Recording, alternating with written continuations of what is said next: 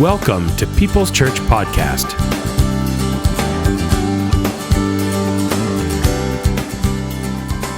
The subject that we've got on the books today is number 10 of 10 commandments that we've been covering out of Exodus chapter 20. This is now one that has some very peculiar and special things about it. We can get so tripped up with this number 10. In fact, number 10 is really interesting because it's sort of full circle back to number 1. Number 1 is there's only one God. You must only have one God.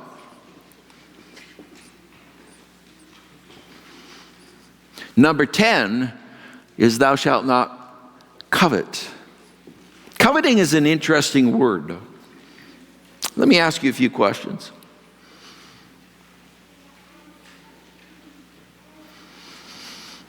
Are you suffering from a lot of worry these days? Anxiety? About anything? Do you find yourself awake in the middle of the night with thoughts that won't stop? Do you find yourself having to push very hard against thoughts you just don't want to entertain? Are you fatigued? Emotionally? Mentally? Physically? Are you just worn out? Is there tension in your relationships, maybe especially in your family relationships? A tension that's keeping the good stuff kind of down and away. And the good stuff doesn't flow easy. It seems like you find yourself responding in ways that have a sharpness to them that wouldn't normally have. And maybe you would say, shouldn't have. We've all lived in those kind of seasons, haven't we, where tensions inside can't be completely hidden from the outside realities. And the closest relationships is the place where they show the most, because that's where our time, energy, and our inside is showed the most.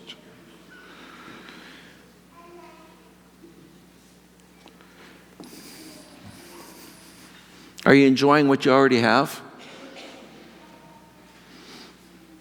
I know a guy who, he had so many possessions. He literally was fatigued and worn out from just keeping everything moving, everything running, everything fixed.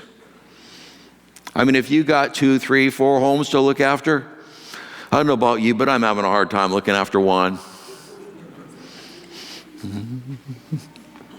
I had to have the plumbers come in. Recently, all of a sudden, we got this thing going in our basement, a waterfall. Well, not quite a waterfall, but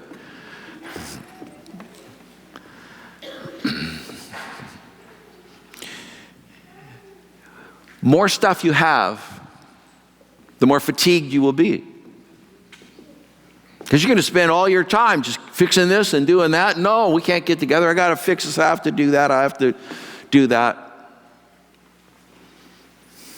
We got a list just simply because of possessions. Do you find yourself comparing yourself with others that are around you and that you would look at and say, boy, they sure got it. Not just in possessions, but man, their family. I wish I had their kids. Comparison is a dangerous game.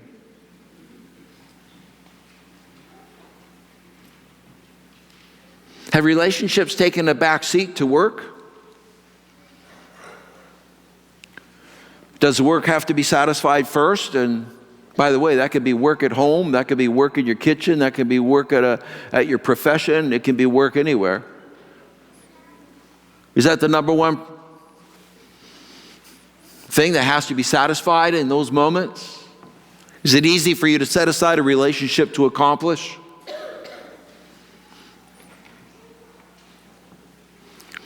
What if I asked your spouse that question? What if I asked your kids that question?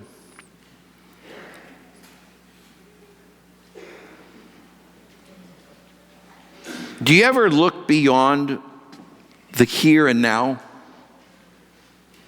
Or has this really got the grip on you, totally encompassing your total worldview, your life view at this particular moment? Are you able, do you ever sit and think about what's beyond? What then? What then? What then? What is your attitude towards generosity of time, energy, money, gifts and talents you have? I said to one of my nephews recently, we had a family deal. I said to one of my nephews recently, and I said, "You are just an awesome nephew." And he's one that he just can't take a compliment. He's got to pass it off. He just can't receive it. It's going to be some smart remark back, and his smart, what? Why? Because I fix things for you? I said, well, that's a big part of it.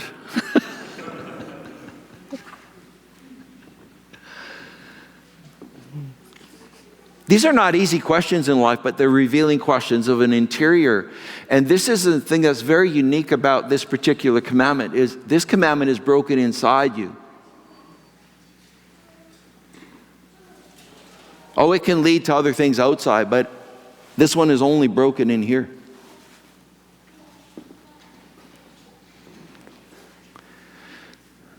Covet.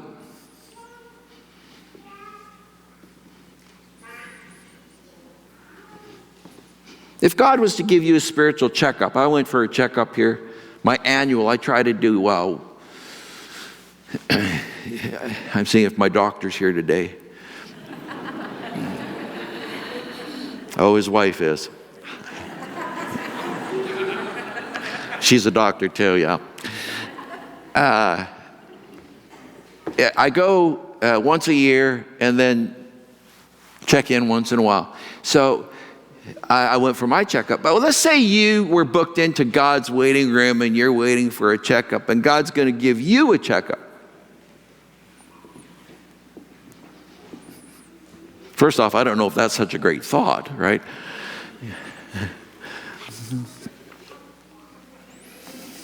If God gave you a spiritual checkup today, would your material and your physical life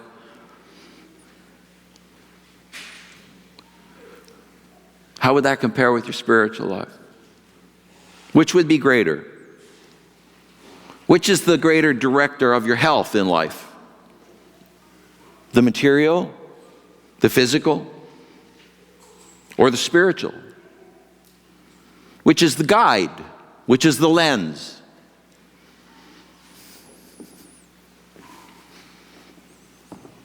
These are interesting and tough questions for us. And they revolve around this commandment. Much of the Sermon on the Mount revolves around this commandment. And it's like it brings everything full circle, because covet is the idea of putting God on the sideline and taking him out of first place and putting other things over here in first place. And thereby our best goes towards those things. Things themselves are not wrong. They were never destined to be your object of worship. Worship is where you kneel before it, surrender all your best. All your best. Where's all your best going? Don't you hate it when people just keep asking you questions and gives no answers? I'll tell you. That's because they're your answers.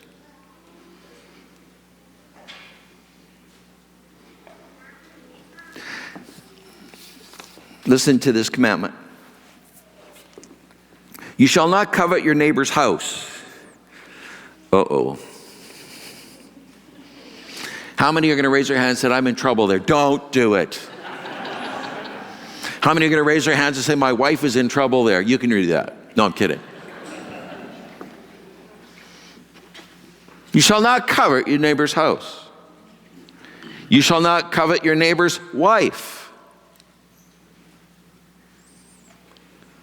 or his male or female servant. And you say, I don't have any servants. You got all kinds of things that serve you. His ox or donkey, that's business. That is a profession. That's your job. That's what they had. It was agrarian. It was speaking towards the farm. And then he goes, as if missing any kind of major kind of area, it goes to this, or anything that belongs to your neighbor.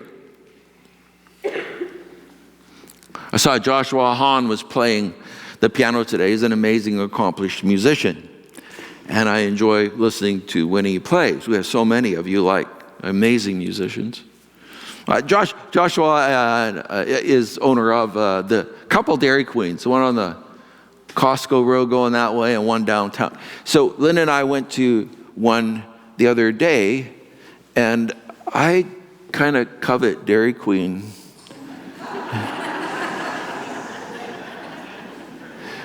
When we go on holidays, like we took it for a week, our grandkids down to Merrill Lake, where my brother's generosity, is great towards us. And on the way down, we always stop. It's planned every year. We stop in Clearwater at Dairy Queen to have ice cream.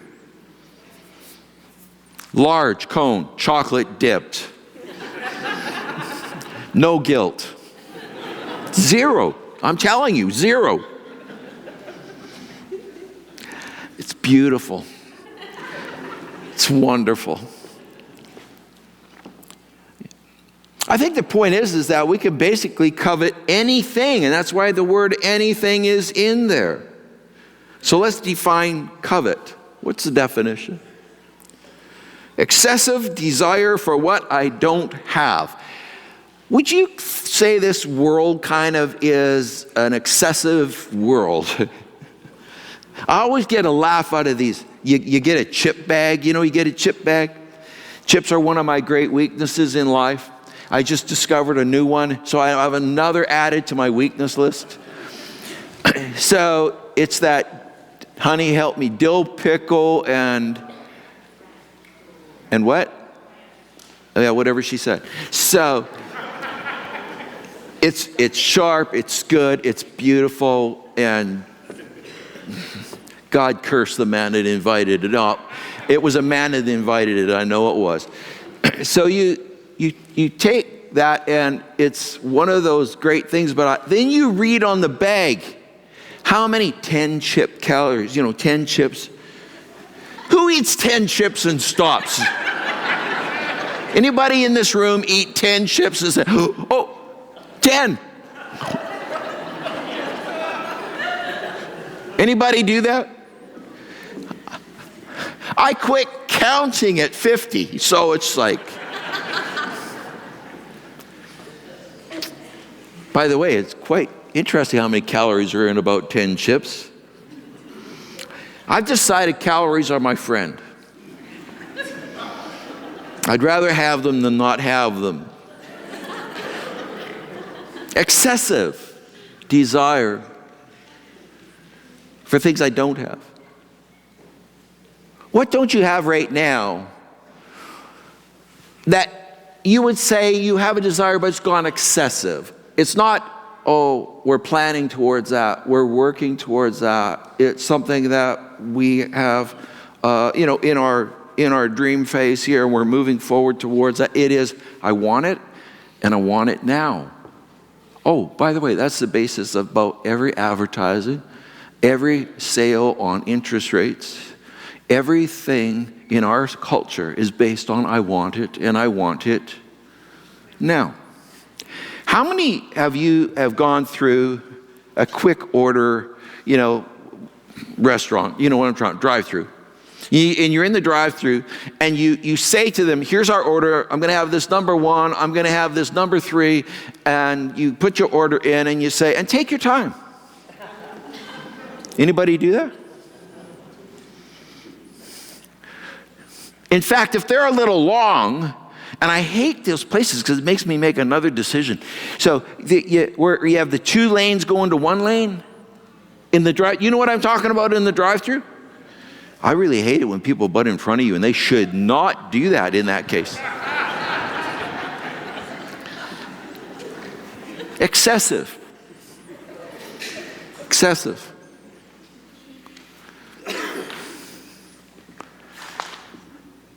Has the pursuit in an excessive way of things taken some spice away from your relational world?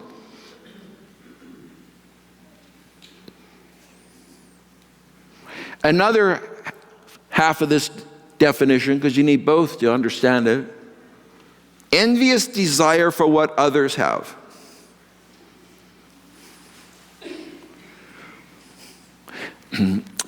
Jealousy and envy, they're a little different.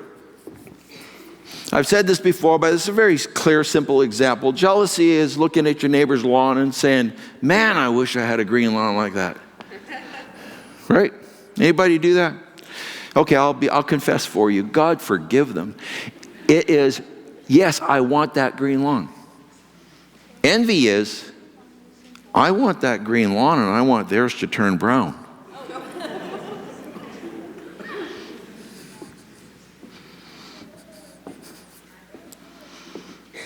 Envy, envious desire for what others have.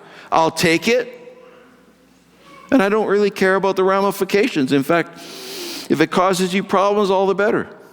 Envy. Envious of what others have. Oh, there's so many things to be envious of. I don't think of just things in the materialistic sense, although that is the mainstream. There's envy even in what the husband that she's got, the wife that he's got, the envy in the kids that they've got, envy in the job they have, the joy they seem to have. Have you ever had a hard time getting together with people that are just too happy? It's like, nobody can be this happy, but they're just too happy. You can be envious about anything and everything. This commandment, what I want to paint to you in this phase of this talk is this, that this infects everybody to high degrees, and the culture itself is controlled by it because it keeps us the furthest away from the first commandment.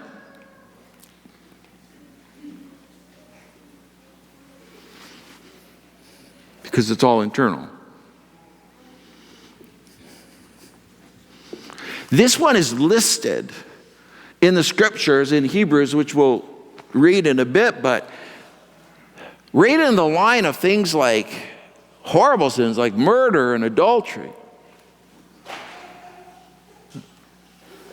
covetous. Let's talk about how materialism destroys the soul.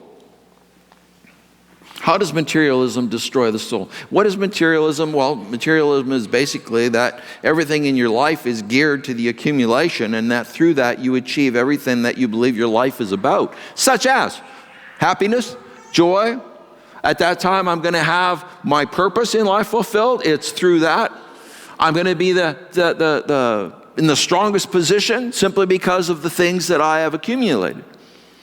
And I must accumulate them. Excessive desire. Envious desire.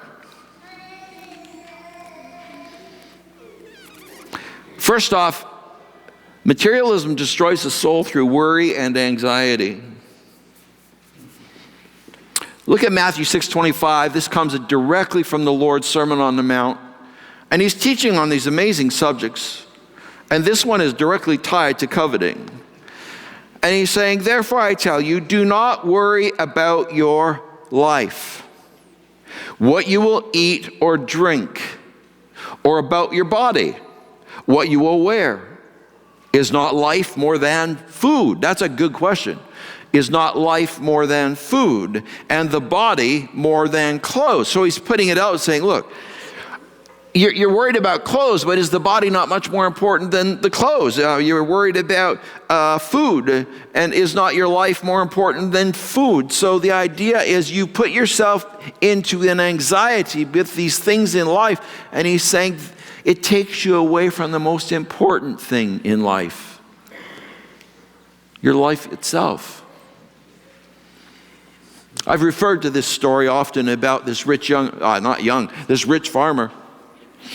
And Jesus tells the story about him. He says, there was this guy who was a farmer.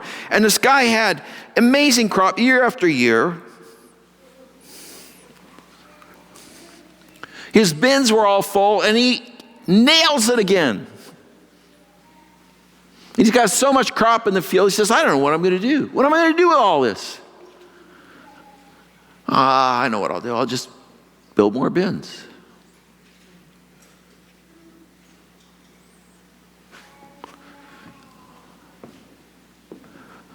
That's excessive.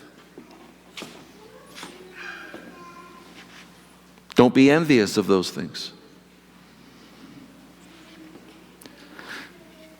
Sometimes we believe laying up things and accumulation is somehow security for the future when everything that you have can be taken from you in no time.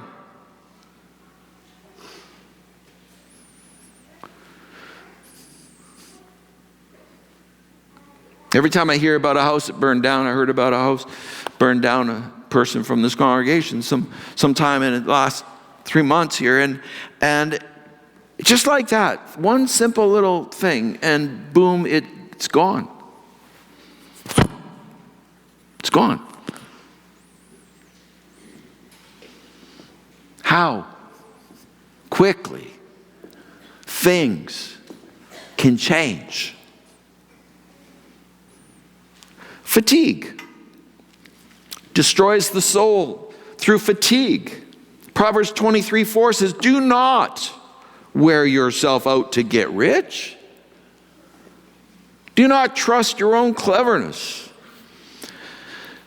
There's a lot of people that are really tired trying to get security through money, in essence, to be rich to the degree that you will have no worries, and yet what we find is that that is not the case. Often it's the opposite. The more you have, the more you worry. How can we be conned so easily into these things when we know in reality there is no valid truth behind the experience that wealth brings? Fatigue. Do you know anybody fatigued right now just because they are putting it all into this idea?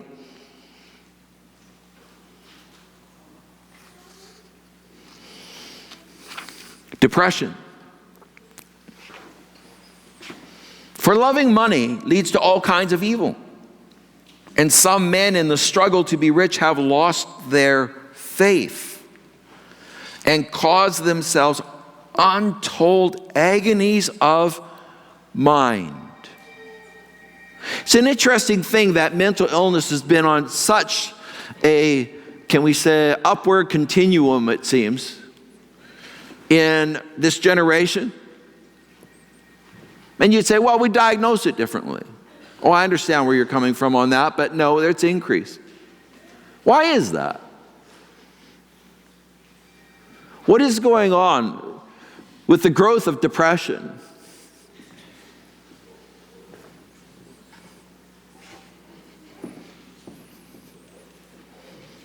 You lose faith. Faith is the opposite of covet. Covet is I want for me. And I will use it as my security. I will use it to secure my identity. I will use it to secure my ease and my comfort. I will use it to secure my life.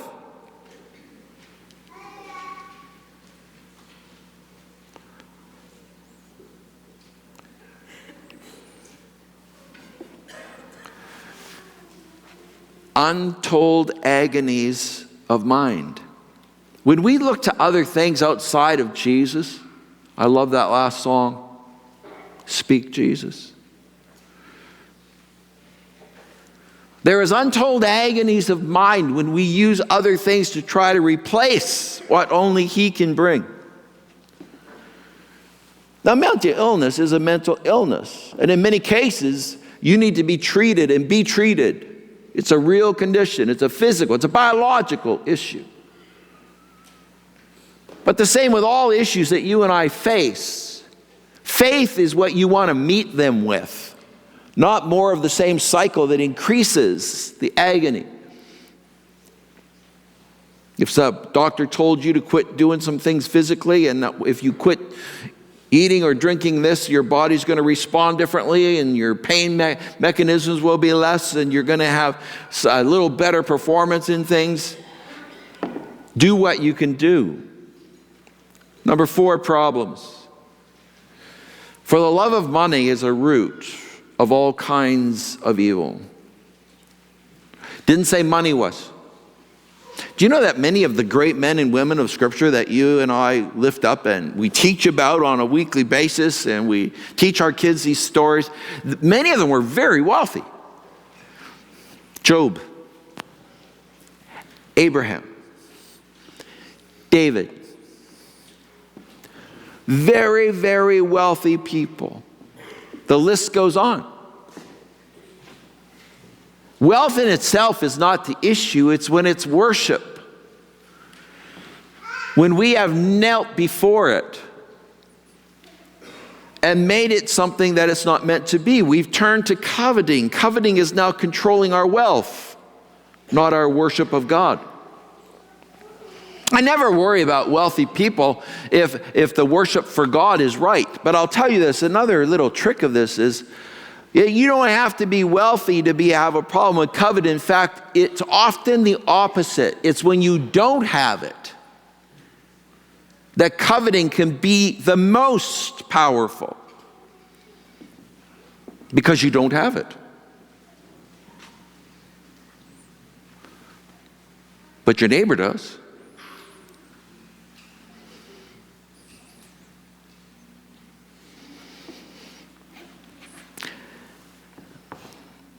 For the love of money is the root of all kinds of evil. Some people eager for money have wandered from the faith and pierced themselves with many griefs. Problems. If you believe right now, for instance, just to do a little self-analysis, that money is somehow the answer for what you're up against, the challenge that you face in your life right now, if you somehow in any way believe that money is the answer, then frankly, you've stepped into a place where wealth has become something that you have turned into coveting. If I had it, they've got it. I want that. I want it, and I want it now.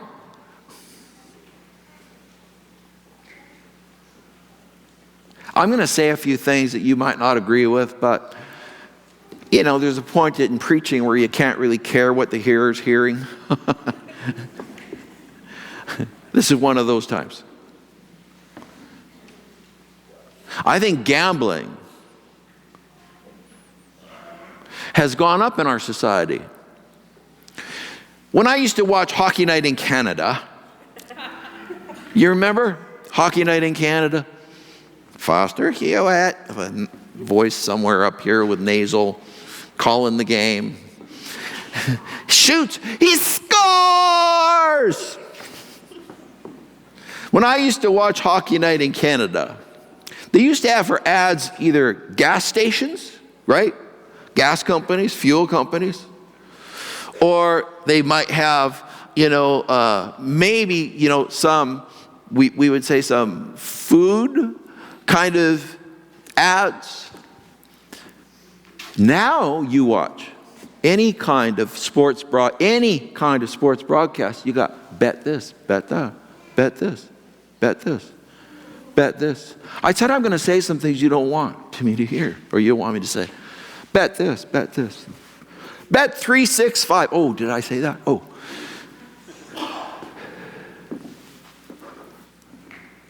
And you say, well, what's wrong with that? Well, in its essence, it's probably for many of you just a little bit of fun on the side.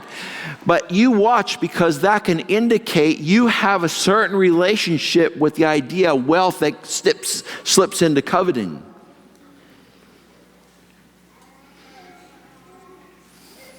Because I want to win. Because if I win, and by the way, their advertising is not, if you win, your life will never change. No, their thing is, if you win, this will change your whole life.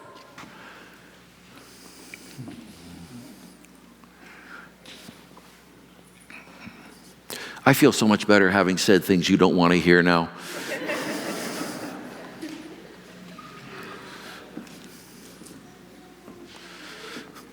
Just be careful that the little games are not creating a big game that feeds something that's extremely devastating to your soul, which is covet.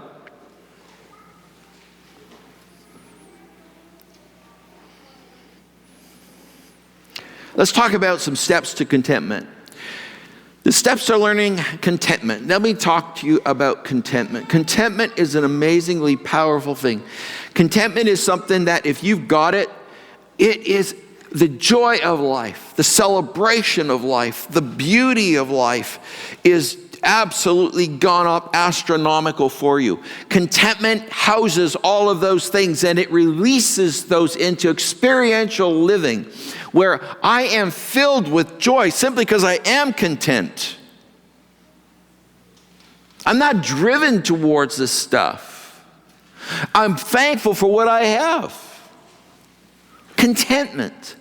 Making decisions from contentment allows your mind to work instead of just that basic core emotional desire. The contented state of life is the strongest state you can be in for wisdom.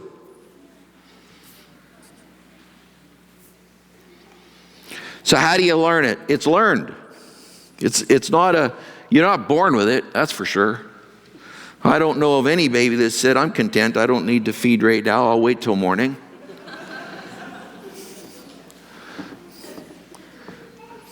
Philippians 4:11 says, I am not saying this because I am in need, for I have learned, Paul the apostle, I have learned. More or less he's saying, I wasn't. I didn't have this state of contentment. I have learned to be content, whatever the circumstances. You say, well, but isn't that like taking dreams out of? No, it's not about your dreams. It's not about your desire. It's about excessive. It's about coveting, taking something into a very bad zone that corrupts your soul and takes God and the big things like your family out of the picture and makes them secondary to other things. Like the pursuit of wealth. Run yourself ragged.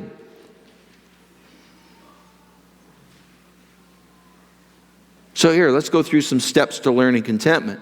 Number one, be grateful and enjoy what you have.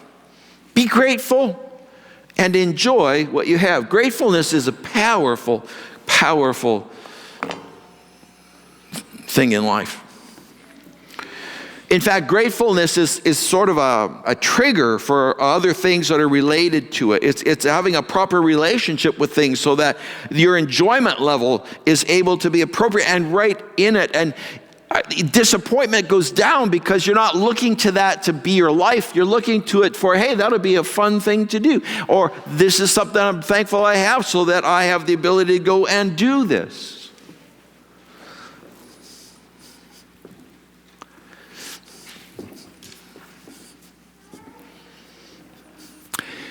I bought a road bike, not a motorcycle. That might be next year. I bought a road bike, pedal bike, manpower, no electric things. How many here have an electric bike? Come on, be honest. Come on, one. Come on, electric bike. Here's cheaters. I'm trying to go up a hill and they're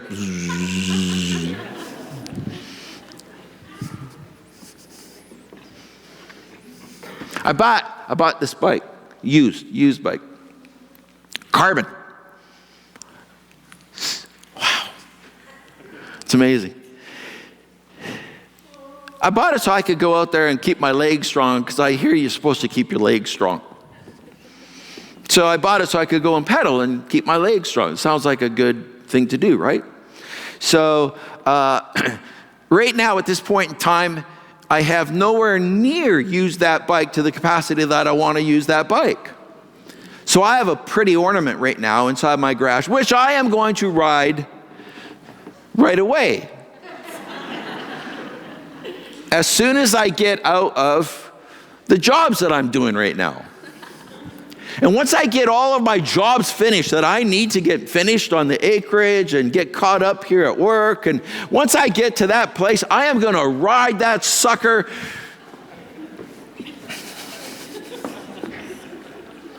Anybody recognize this? Anybody recognize this? You recognize this? I really am committed to it. I am going to ride it, and I am going to do that this week. Potentially this afternoon, if Linda will do my work for me.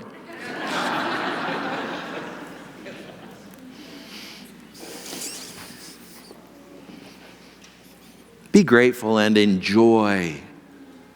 I love bike riding.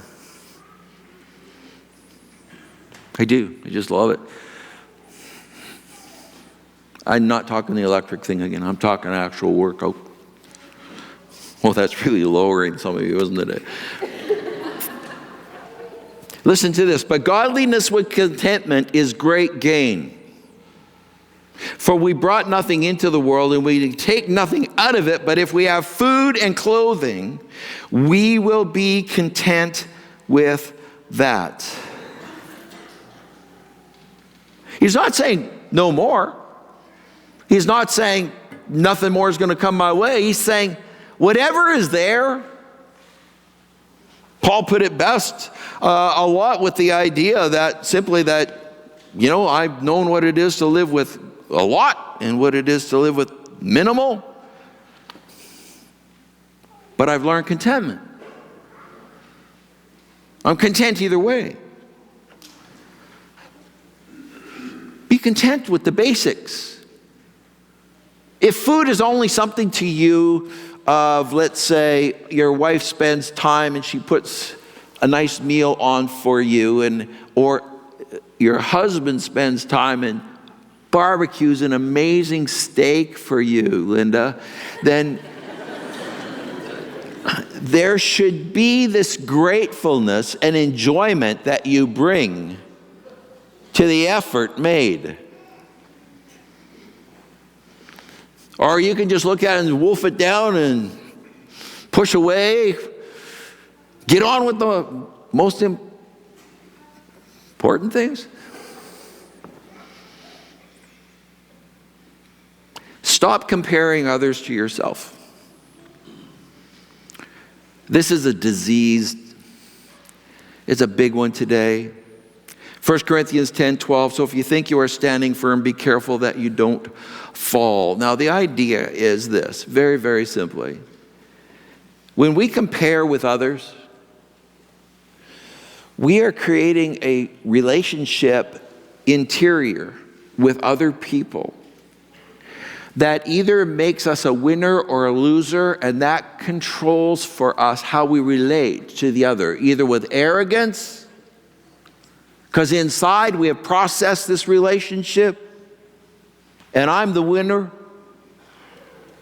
or I've processed this relationship and I'm the loser. And those two things end up putting you into a competitive situation that will always end up negative, whether it be I'm arrogant or I'm depressed.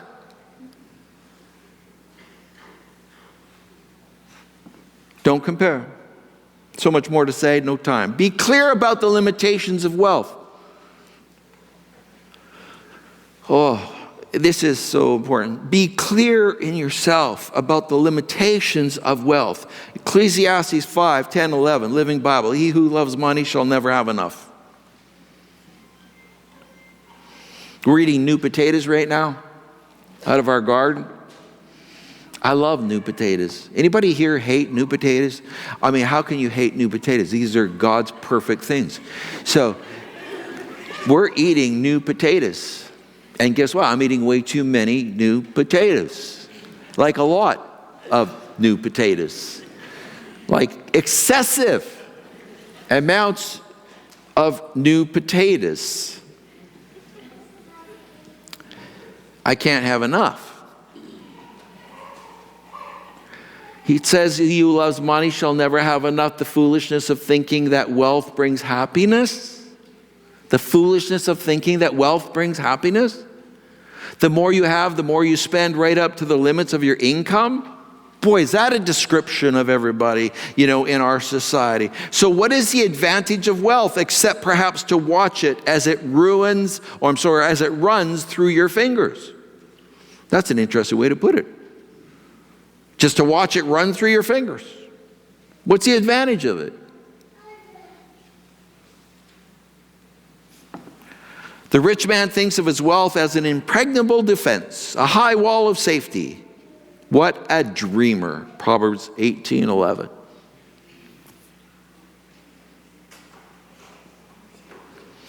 Believe relationships far exceed things. You must believe this. Relationships far exceed things. Proverbs 15:16-17 says, better to be poor and fear the Lord than to be rich and in trouble. Better to eat vegetables with people you love than to eat the finest meat where there is hate.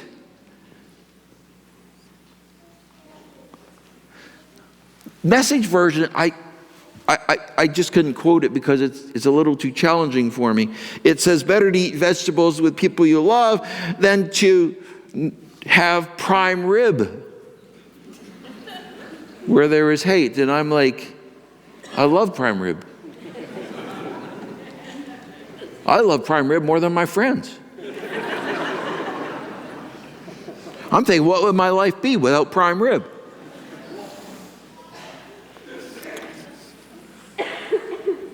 Believe relationships far exceed things. Number 5, have a solid, long view of life.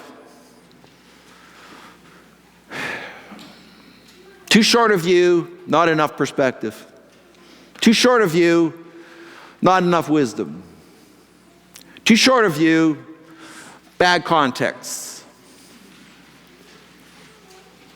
Have a solid, long view of life. 2 Corinthians 4:18 says, so we fix our eyes not on what is seen, more or less this is really out there, but on what is unseen, since what is seen is temporary, but what is unseen is eternal. This is a tragedy to see often within the faith that you and I share as Christians. Christians with a short view that create all kinds of issues and struggles for our life. When Jesus himself has told us right from the beginning, I'm going to look after you. I will look after you. I will not leave you. I will not forsake you. I know your needs before you know your needs. We have a Lord. We have a shepherd. That's why Psalm 23 is so comforting. But live it before you die, and don't have it at your funeral unless you live it before you die. The Lord is my shepherd. I have all that I want or need.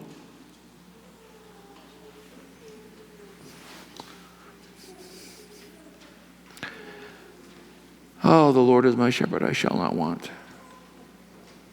Oh, the Lord is my shepherd, I shall not want.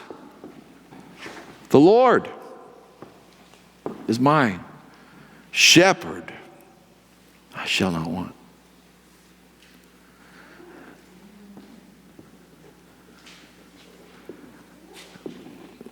A solid, long view.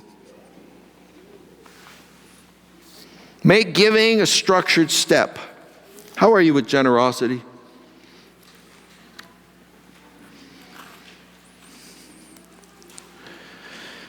1 Corinthians 16:2, on every Lord's Day, each of you should put aside something from what you have earned during the week and use it for this offering. The amount depends on how much the Lord has helped you earn.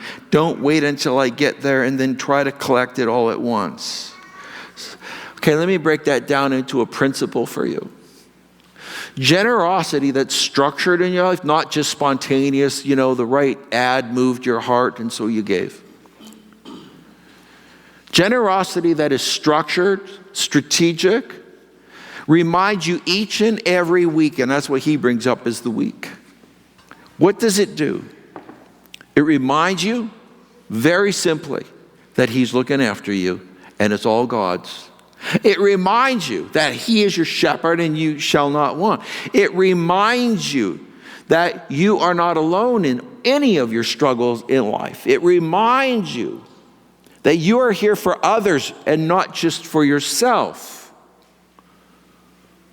It reminds you you have talents and gifts and stewarding to do with the talents, the gifts, and all resources that God has given you. It reminds you in structured giving. You should be committed to a ministry you're serving. You should be committed in ways in life that are constant reminders of your stewardship that is not yours. Your gifts and talents, your opportunities, your very path God has ordained and God has walked with you and God has purpose.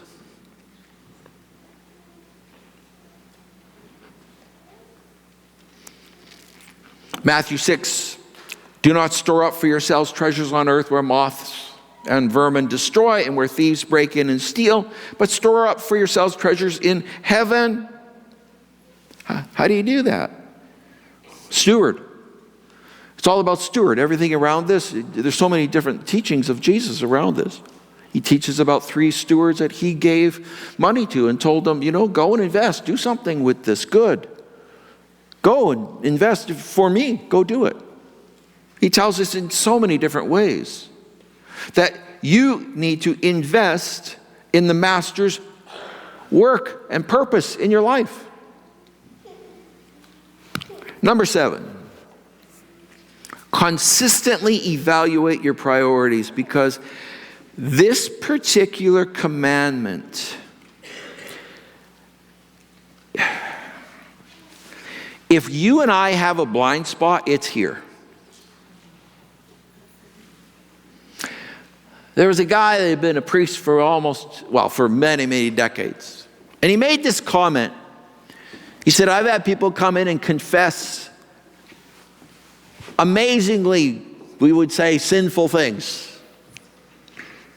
And they would confess even commandments 1 through 9, but he said, I've never heard somebody come in and confess, I am covetous and I want my neighbor's this. I am covetous and I want this for me now, and I'll do whatever it takes. I'll sacrifice whatever it takes in my life of value to get it. He had never ever heard a confession like that. What is it about this one? See, it's just an internal sin, you see. It's internal.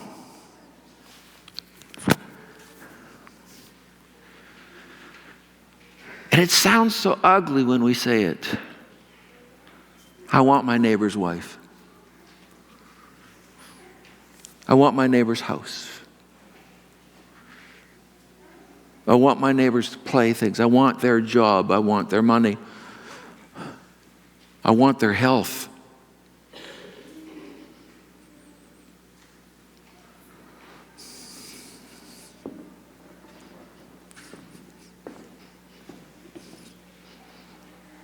Consistently evaluate your priorities. Luke 12:15, then he said to them, watch out. Be on your guard against all kinds of greed. Life does not consist in an abundance of possessions. So he says this, an interesting language he uses here, Jesus. He's saying, you watch out, be on guard. More or less, if you're not, it will get you.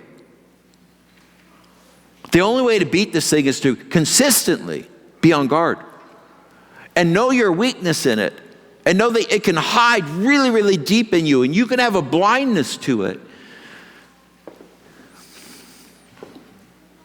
So this is something where you do sort of what David did. It says, here's a great prayer for you. Search my heart, O God. Know my heart. See if there be any wicked way in me. What an interesting way to pray. More or less he's saying, I'm blind. I can't even see my own stuff on this. Search me. Matthew, it says, or in John, let's do 3 John. Beloved, I pray that in all respects you may prosper and be in good health just as your soul prospers. 3 types of prosperity there. Don't have time. Next scripture, but seek first his kingdom and his righteousness, and all these things will be given to you as well. More or less, do the first commandment. Because that is the one that this one undermines, and it cannot in any way support God being first. Number 8, keep your happiness rooted in your trust of Christ. Matthew 5:6 says, happy are those whose greatest desire is to do what God requires. God will satisfy them fully. One of the Beatitudes in the Good News version. Beautiful, very powerful, very challenging.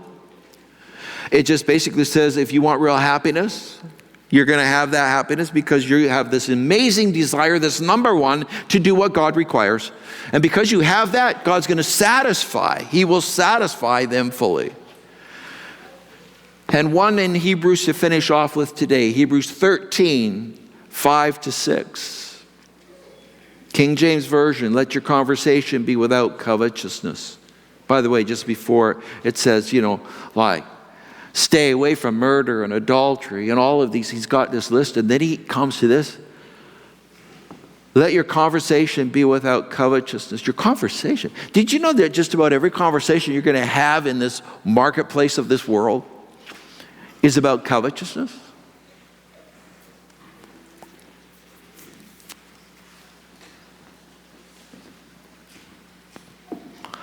The risk of covetousness in conversation, just conversation. And you can find yourself knowing, I don't agree with the value that person's saying over here about this, but you don't say anything. You just kind of smile, acquiesce to the moment. Let your conversation be without covetousness, and be content with such things as you have. There it is, covet and content. Be content with such things as you have. For he has said, I will never leave thee nor forsake thee. So that we may boldly say, the Lord is my helper, not money.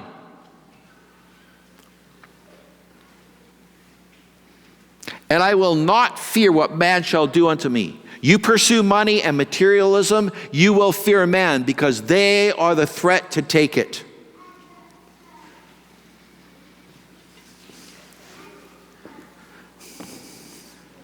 Now the Lord is my helper. I love that it says that we may boldly say, the Lord is my helper. And I will not fear what man shall do unto me, because the Lord is my helper. I'm going to share a little personal story as we close this, and the band can come and we're going to sing that last song together.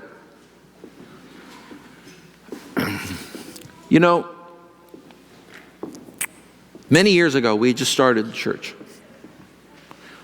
We'd felt called by God to do so. Very much led, and it was one of those things I would have had to walk against the flood to not do what God has said to do. I was in a conference, and we were in a kind of a session, a smaller group session. And there was a man that I deeply respect in that session, and I still respect him. He's passed on to be with the Lord now. He'd been a pastor for many, many years. Really good work. Gentle soul. Loved easy. We're in this little session, and I can't remember exactly how the discussion started, but it came to this degree. And we're sitting with a bunch of other leaders, church leaders. And It was this idea of managing the congregation for giving and stewardship of money within it. And it struck me at that moment, like, to me it wasn't kosher. You know what I mean when I say that? It just wasn't on. Something was off. Because you don't manage that. If God doesn't touch your heart, if God doesn't move you, I don't want to be the one that does.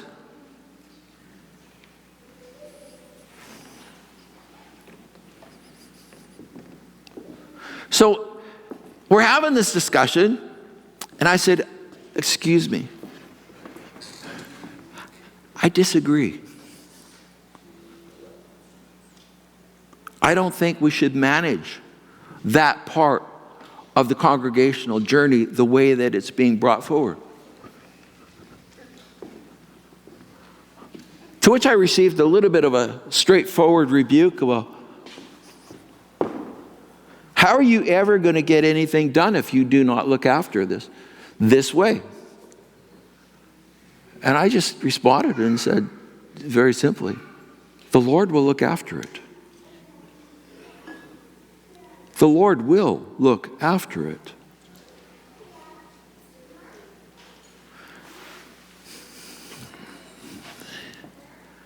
I share that with you because I still hold to that. The Lord will look after all things. And sometimes we are seeking to manage all of these little micro centers of life to such a degree that covetousness is gaining in us.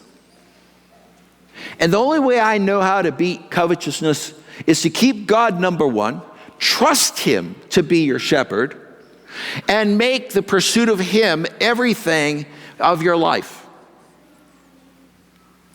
So next weekend, we're not quite done with the series. Conclusion is next weekend. I'm calling it Liberty Sunday, Freedom Sunday. Because the commandments, you and I don't hold any power with. We lose on all of them.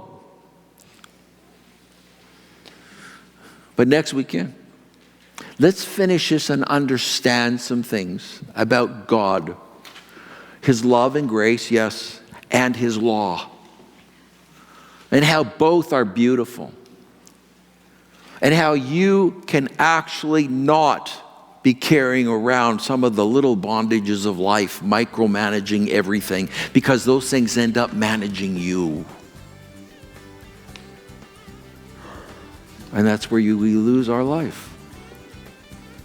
Father, as we bow our heads before you, may it be an indication of our hearts, freshly bowed before you, and not all that covetousness would place on the throne.